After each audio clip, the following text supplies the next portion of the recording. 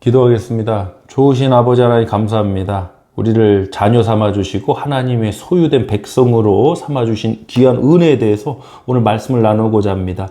하나님의 소유가 되었다는 그 백성이라는 사실이 우리에게 어떠한 은혜고 축복인지 짧지만 말씀을 통해 은혜 나누는 시간 되게 하여 주옵소서. 예수 그리스도 이름으로 기도드립니다. 아멘. 하나님 말씀 나누겠습니다. 베드로전서 2장 9절입니다. 그러나 너희는 택하신 족속이요 왕같은 제사장들이요 거룩한 나라요 그의 소유가 된 백성이니 이는 너희를 어두운 데서 불러내어 그의 기이한 빛에 들어가게 하신 이의 아름다운 덕을 선포하게 하려 하심이라. 아멘. 베드로전서 2장 9절을 본문으로 하나님의 소유가 된 백성, 하나님의 소유가 된 백성이라는 제목으로 하나님 말씀 은혜 나누겠습니다. 여러분, 우리가 미국에서 지금 살아가고 있지만 세계 최강대국이 지금 미국 아니겠습니까? 미국 본토도 있지만 또 미국령인 땅들이 있어요. 괌, 사이판에서 미국령인 땅들이 있어요. 미국이 소유하고 있는 땅, 누가 거기다가 전쟁을 일으키겠습니까? 예전에 일제 제국주의 시대에 이제 하와이를 이제 공습했다가 어마어마하게 이제 보복을 당하고 그런 역사가 있지 않습니까?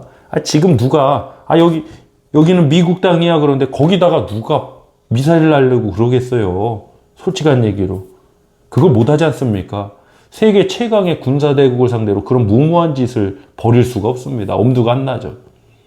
그 땅이 예를 들어서 미국령인 그 땅이 강력한 무기나 방어가 없다고 해도 괜찮아요. 어디 소유냐에 따라서 보호가 되는 거예요. 누구의 소유냐. 미국의 소유인 땅에다가 누가 총알 날리고 미사일 날리겠습니까?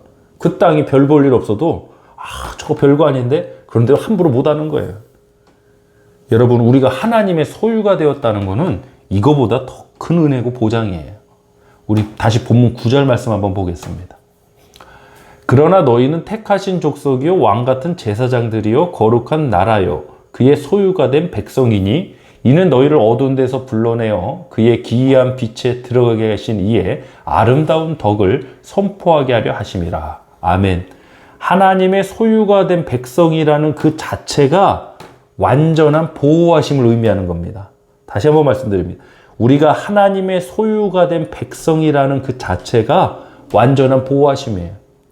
세상에서 말하는 축복은 내가 가진 소유가 얼마냐 이거 말해요. 이것도 축복이에요. 그러나 단순히 그것만을 축복이라 하긴 힘들어요.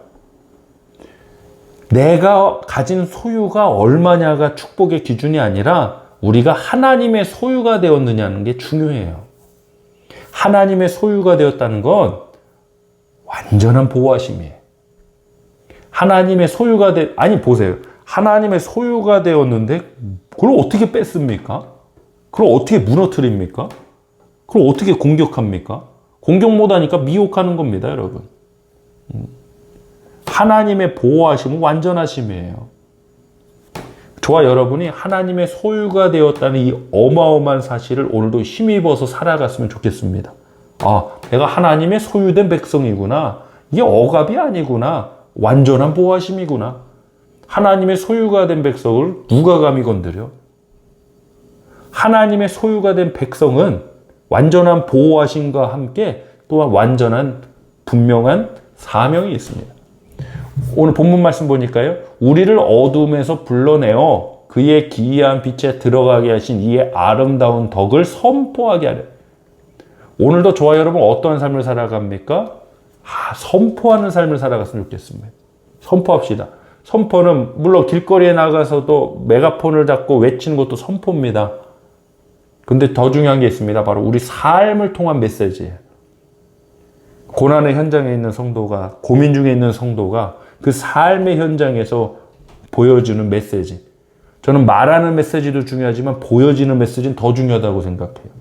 우리 성도님들이, 우리 엎드린 교회가 오늘도 메시지가 있는 삶을 사시길 축복합니다. 선포하는 삶을 살았으면 좋겠습니다. 하나님 살아계시다. 나는 하나님의 자녀다. 이것이 선포됐으면 좋겠어요. 누가 보면 저 사람 저런 사람 분명히 예수님 믿는 사람은 아닌데 이건 비극이에요. 나 교회 다닌다, 나 장로다, 나 권사, 나 목사다 얘기 안 해도 선포하는 삶이 나와야 돼. 선포하는 삶. 저 사람 분명히 하나님 믿는 사람이다. 복음 전하는 삶보다 더 중요한 삶이 어디 있습니까? 이보다 더 중요한 사명, 이보다 더 중요한 일은 존재하지 않습니다. 제가 예화로 가끔 말씀드리는데요. 쓰레기통 지키기 위해서 가드 시큐리티 세우지 않아요. 누가 세웁니까? 그러나 중요한 어떤 주얼리샵, 보석이나 이 뱅크, 은행 같은 곳은 가드 시큐리티 세우죠. 왜 세웁니까?